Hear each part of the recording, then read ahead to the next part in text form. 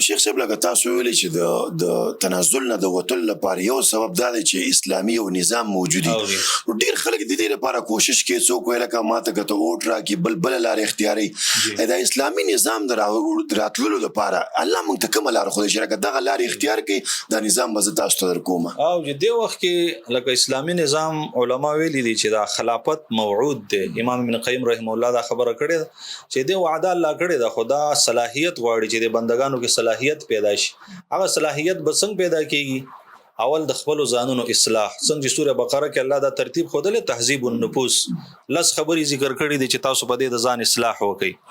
او قران کې الله فرمایلی دی ایه الذین آمنوا علیکم انفسکم، تاسو باندې خپل ځانونو اصلاح لازم ده. نو چې زه د ځان نه شروع کوم، زه خپل اصلاح وکم، تاسو خپل اصلاح وکئ، بل مسلمان خپل اصلاح وکي، نو حالات به سازگار شي.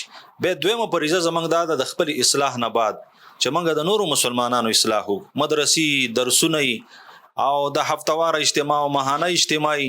امام ابن قیم رحمه الله ویلي چې د الله د حکمت نه دا خبره خلاف ده چې په نااهله خلکو د عمر ابن عبدالعزیز رحمه الله په شان خلیفہ راول، چې څو پورې خلکو کې شیخ صاحب اهلیت پیدا شوی نه، نو دا ناممکنه خبره ده چې د عمر ابن عبدالعزیز په شان او یا د عمر رضی الله عنه په شان خلیفہ دی راشي. لګن سبا خلک دا خبره کوي چې یاره کاش کې چې عمر رضی الله عنه موجود وي او داغه په شان خلیفہ وي. دا به ال راځي چې کله مونږه دعوت جاری ساتو، زمونږه ماحول برابر شي، ځکه چې عوام هر کله اسلامي نظام غواړي نه په خپل بدن کې راوستي نشي. ډېر خلک د اسلامي خلافت او اسلامي نظام د پاره چغي وي، خپل ګیره نشي برابرولې، خپل پنسي نشي راپورته کولې، هغه جمعات تتلې نشي، نو تبا څنګه په دنیا کې نظام راولي او یو د اسلام مسلمانانو قیادت به څنګه وکي.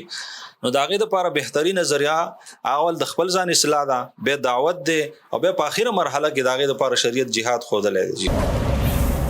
Don't forget to like, share and subscribe Rana Studio Podcast.